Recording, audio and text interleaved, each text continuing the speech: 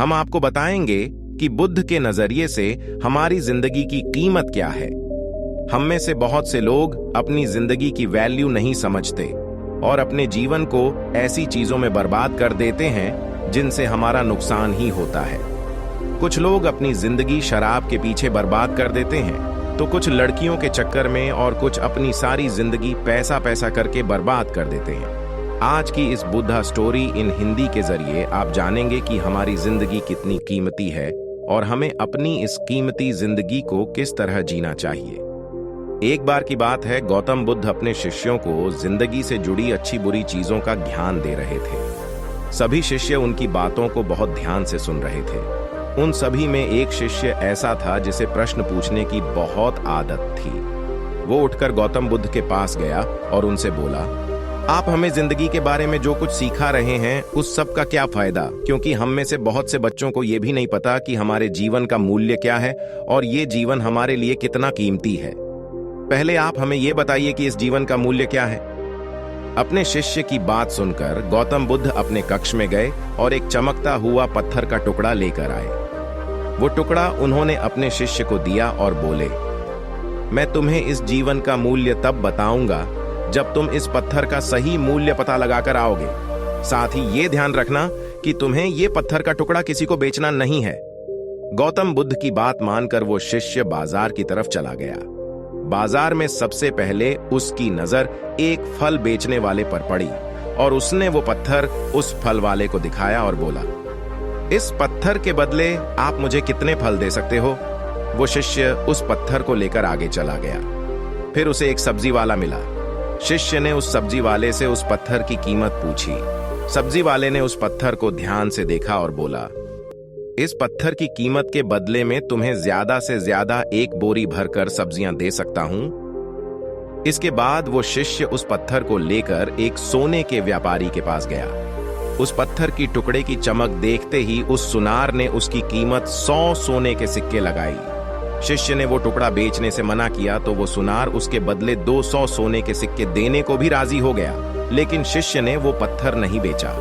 इसके बाद वो शिष्य एक हीरों के व्यापारी के पास गया और उनके सामने उसने वो पत्थर के टुकड़े को रख दिया। उस पत्थर को देखते ही हीरों के व्यापारी ने एक साफ कपड़ा बिछाया, उस पत्थर को उसके ऊपर रखा, फिर उसकी परिक्रमा की और हाथ जोड़कर उस पत्थर को कपड़े में लपेटते हुए वो बोला, तुम जिसे मामूली पत्थर समझकर उसकी कीमत पूछ रहे हो, असल में ये एक बेशकीमती रूबी है। ऐसा रूबी हर किसी को नहीं मिलता।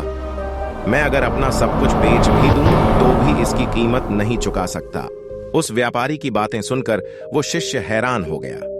वो दौड़ा दौड़ा सीधा बुद्ध के पास आया और उन्हें उसने जो कुछ भी बाजार में हुआ वो सब बताया। उसकी अचरज भरी बातें सुनकर गौतम बुद्ध बोले, तुम्हारे सवाल का जवाब इस रूबी की कीमत में ही छिपा है।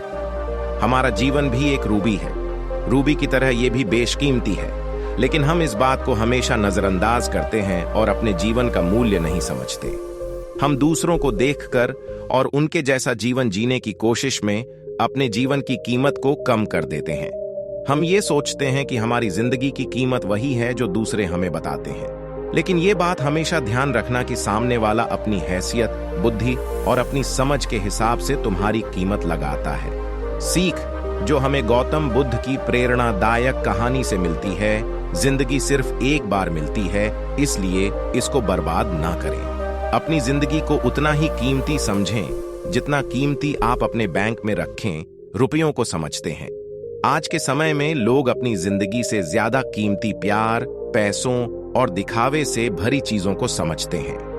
प्यार के चक्कर में लोग सुसाइड कर लेते हैं।